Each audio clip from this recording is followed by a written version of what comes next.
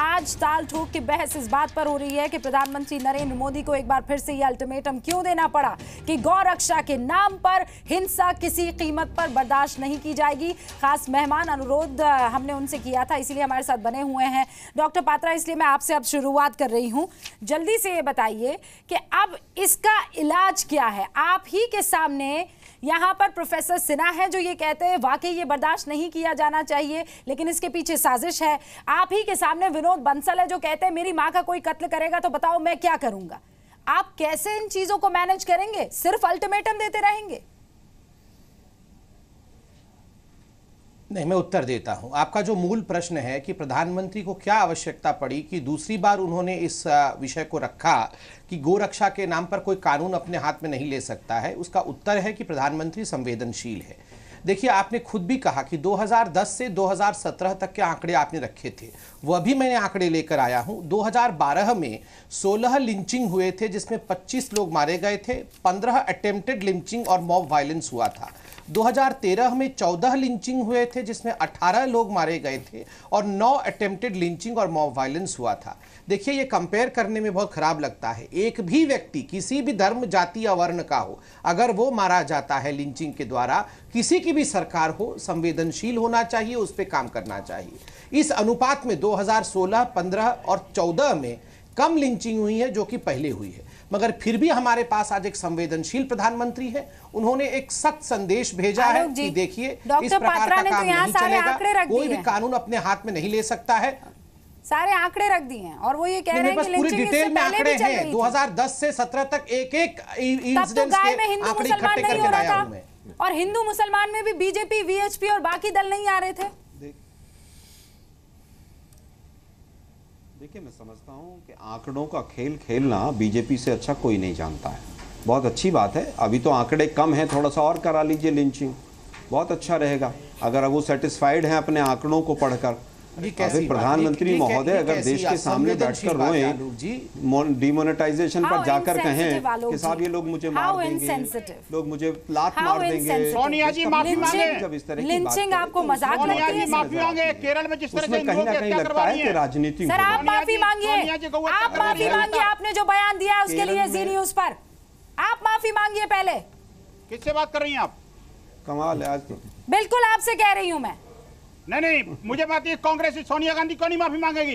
मैं कह रही हूँ विनोद बंसल जी, आप क्यों नहीं माफी मांग रहे हैं? सोनिया गांधी को कहां से बीच में ले आए?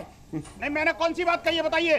आपने कहा कि मेरी माँ को कोई मारेगा तो मैं खड़े खड़े देखता रहूंगा। पे भी इसी तरह से फ्री रहते हैं ये लोग, जैसे समाज में फ्री रहते हैं ना, वैसे यहाँ जी न्यूज पर फ्री हो जाते हैं। पुलिस में जाकर कंप्लेंट करवाऊंगी। अगर मेरी माँ को कोई खत्म करेगा तो मैं पुलिस में जाकर कंप्लेंट कराऊंगी।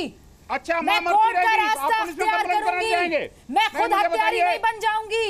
अरे बहन जी, आप मुझे बताइए, जब हथियार लेकर के प्रहार करेगा तो पहले प्रहार को रोकेंगी या पुलिस को कंप्लेंट करेंगी? अच्छा सर, मुझे बताइए, जुनैद प्रहार कर रहा था? जुनैद प्रहार कर रहा था? प्रहार कर रहा था? पहलू प्रहार कर रहा था? अरे पहलू क्या कर रहा था मुझे बताइए। जम्मू कश्मीर में वो पूरा का पूरा परिवार जो जा रहा था, वो मासूम बच्चियां थी, वो प्रहार कर रही थी।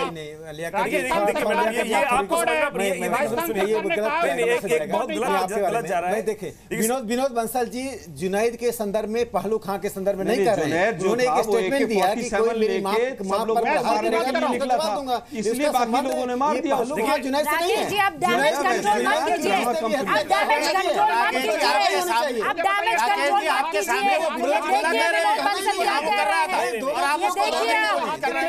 ये देखिए कम्युनिकेशन गैप हो रहा है। मेहमान साहब, राकेश जी वो खुल के कह रहे हैं कि हाँ कर रहा है और आप उसमें पानी डालने की कोशिश लगाने का काम कर रहे हैं। नहीं, आप मदरसे की मनोवृत्ति को बदलने की जगह आप विश्व हिंदू परिषद मदरसा कहां से आ तो कह रहा हूँ गया? आप अपनी जहनियत को बदलिए। मदरसे की बात नहीं हो रही है। मैं कहता हूँ कि आप अपनी जहनियत बदलने से सारा मत कीजिए, आप डैमेज कंट्रोल मत कीजिए। पूरा 150 मिलियन व्यूअर्स सुन रहे हैं, क्या कह रहे हैं विनोद बंसल, क्या कह रहे हैं, पूरा देश सुन रहा है। विनोद बंसल इस बयान के बाद भी नहीं रुक रहे हैं कि प्रधानमंत्री नरेंद्र मोदी इमोशनल हो गए। वो ये कह रहे थे कि गाय के नाम पर हत्या कैसे कोई कर सकता है। और आप उनको डिफेंड कर रहे हैं। हत्या नहीं करते कभी, क्या नहीं करता जुनैद की हत्या को डिफेंड कर रहे हैं Of क्या? course. पहलू नहीं पूछे, बिल्कुल नहीं। पहलू खान जुनैद की हत्या बिल्कुल नहीं। पूरी परिवार ने आप पूरे देश misinterpret कर रहे हो में एक मत issue होकर को। आलोचना की है। देश की ब्यूटी यही है कि पूरा देश एक है कि लिंचिंग के खिलाफ हम खड़े होंगे। लिंचिंग करने वाले को कोई जगह नहीं है, आचार्य कोई विक्रम मोरल आदित्य। स्पेस नहीं है, अरे कोई पकड़िए ना legal उनको। space नहीं है। देखिए देखिए, समस्या बात आप कह रहे हैं, आचार्य यही विक्रम बंसल जी से आदित्य। कहलवा देखिए दीजिए। इस समस्या राकेश जी, जो बात आप कह रहे हैं, मौलाना साहब बंसल आप जी यहाँ से कहलवा दीजिए लड़ने ना। बैठे हैं या आग लगाने बैठे कहलवा हैं? दीजिए। नहीं मौलाना साहब सुनिए, देखिए हम लोग इसके मूल कारण में जाएं, क्यों बना ये माहौल कि एक साम व्यक्ति गाय लेके जा रहा है या भैंस लेके जा रहा है और समाज पूरा का पूरा। मैं गोरक्षा आंदोलन चलाता हूं, मैंने विभिन्न प्रकार के बहुत सारे कार्य किए, परंतु आज तक कोई भी हिंसात्मक प्रदर्शन नहीं किया, ना कोई ऐसा कोई एफआईआर लॉन्च की गई, ना कोई पुलिस की कंप्लेंट लॉन्च की गई किसी भी। हम आज से 20 साल से ये कार्य करते आ रहे हैं, परंतु आज समाज में वातावरण ऐसा बन गया है कि एक कम्युनिटी विशेष के व्यक्ति यदि गाय ले भी जाता है तो सबसे पहले समाज के मस्तिष्क में ये भाजपा गाय काटते ले जा रहा है, तो उसकी आस्था आपको बदलनी पड़ेगी।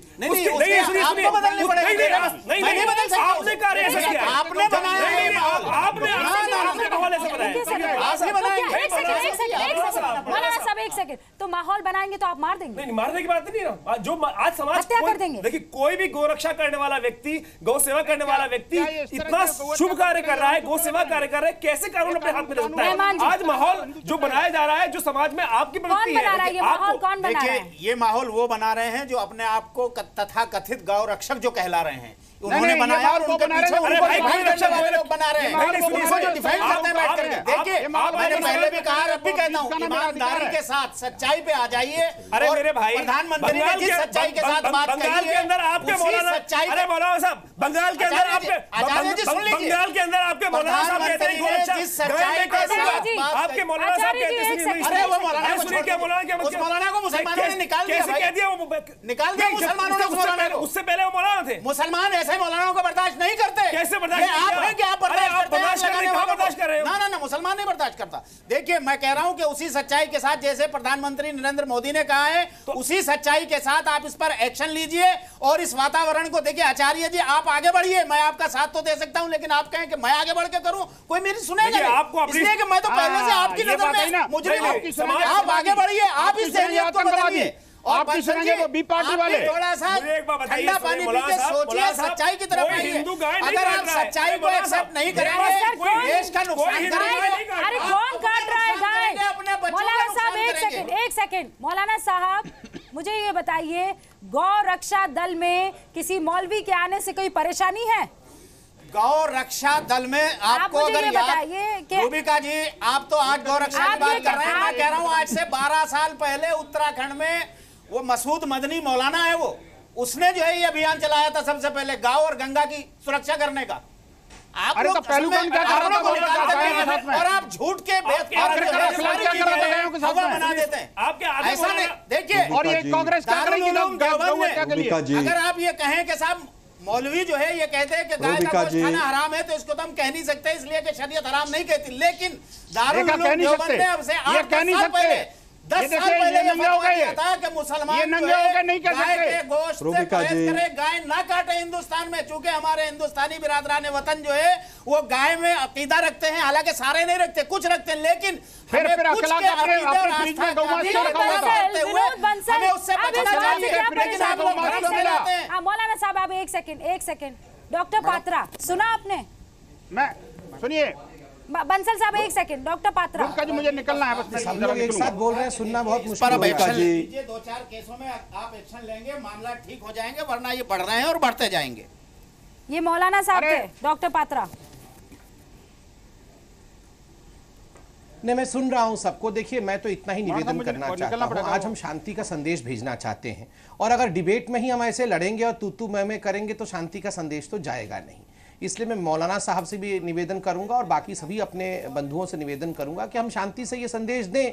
देखिए, इसमें कोई दो मत नहीं है कि गाय का सेवा भी एक बहुत महान सेवा होता है, मगर देखिए गाय खुद एक निरीह प्राणी है। उसकी आंखों में देखिए, उसके आंखों में एक तटस्थता और सुंदरता है।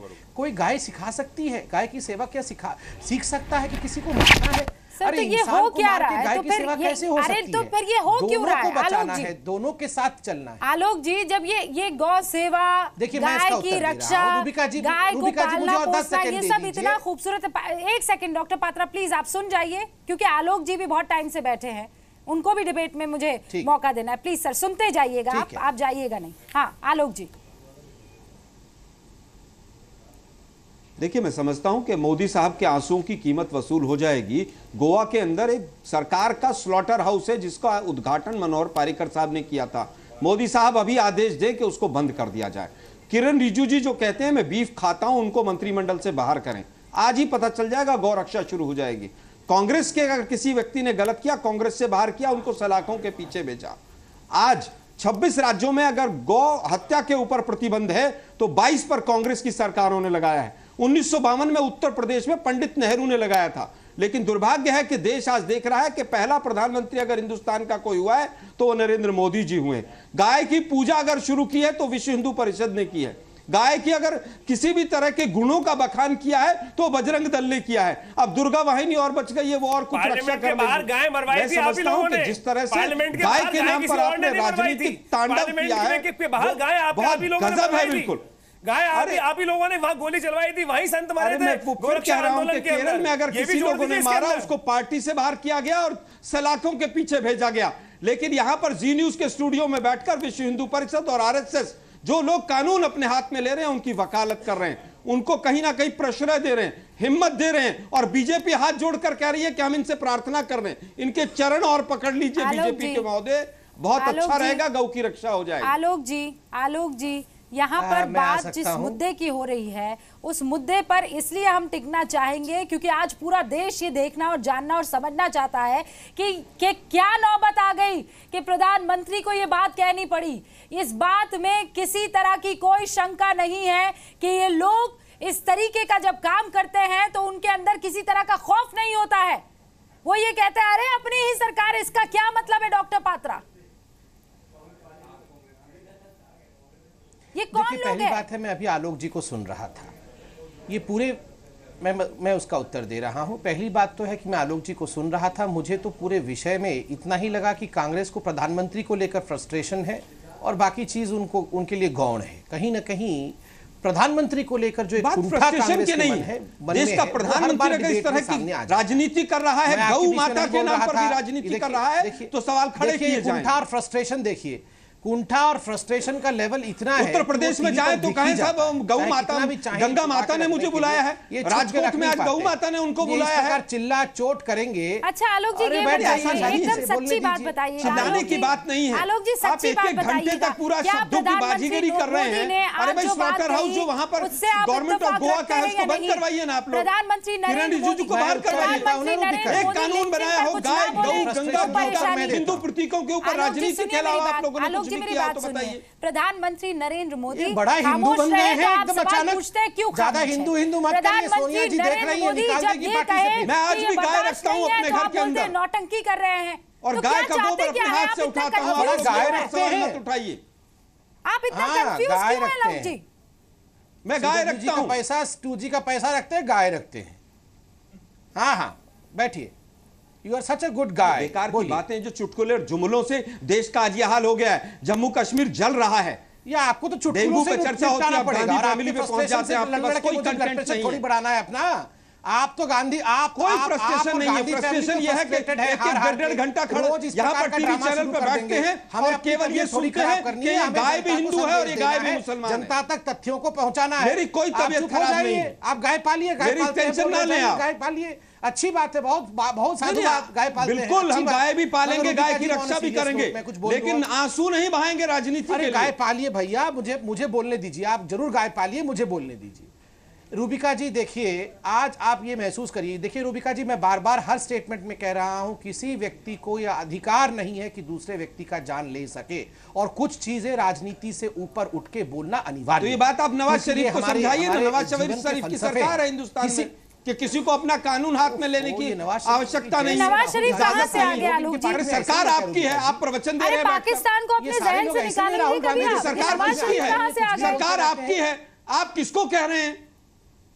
नवाज शरीफ इसलिए आ गए कि शायद ऐसा लग रहा है कि यहाँ हिंदुस्तान में नवाज शरीफ की सरकार है, बीजेपी की है ही नहीं। प्रवक्ता वैसे ही है लगता है मुझे, किसी को कोई समझ है नहीं। प्रधानमंत्री नरेंद्र मोदी, प्रधानमंत्री नरेंद्र मोदी किस सरकार से आए? क्या हो गया आलोक जी आपको? देश का प्रधानमंत्री रो रहा है, एक बयान का मतलब होता है ना, आज अगर वो बयान दिया है तो आपको क्यों परेशानी हो रही है? अरे कम से कम हम लोग यहाँ बात तो कर रहे हैं, आपकी तरह इटली में जाके मजे तो नहीं लूट रहे हैं भैया। बयान की जरूरत थी, परेशानी इसलिए हो रही है पिस्ता पाचा खा के मजे बयान नहीं, सोच समझकर राजनीति।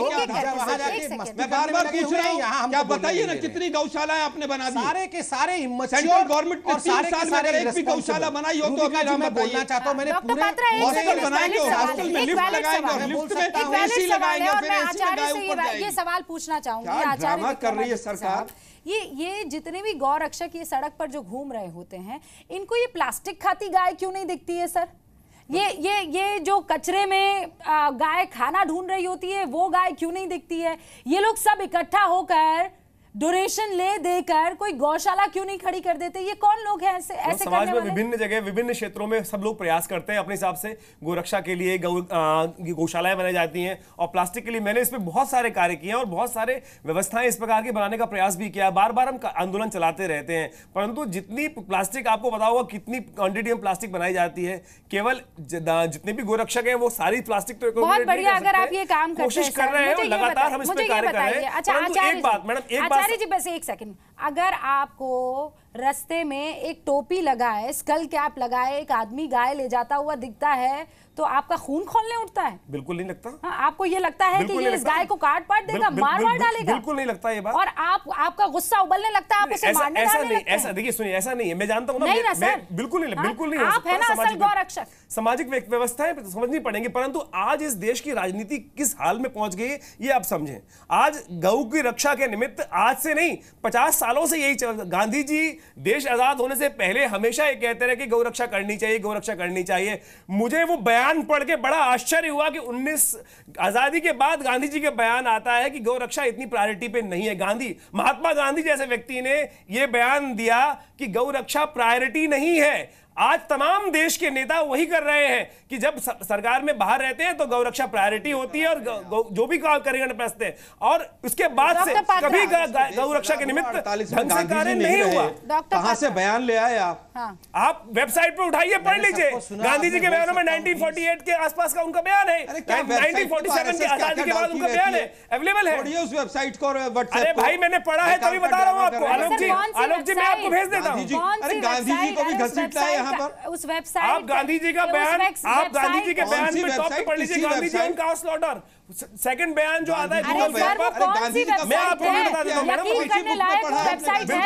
बिल्कुल यकीन करने लायक है। आप गूगल सर्च में भी जाइए तो सोर्सेज अपने ऑथेंटिक रखिए सर। गांधी जी का बयान है, आप कुछ भी डालिए गड़बड़ हो जाती है। अरे आप बिल्कुल नहीं, आप ऑथेंटिक बयान बता रहा हूँ, आप सर्च कर सकते हैं इस बात को। सर कोई किताब होगी, उनका कोई जानने वाला होगा जिससे ये बात बोले। अरे बेकार नहीं बोल रहा हूँ आलोक जी, समझिए आपको गोवा का जो स्लॉटर हाउस है उसको बंद करवा दीजिए शाम तक।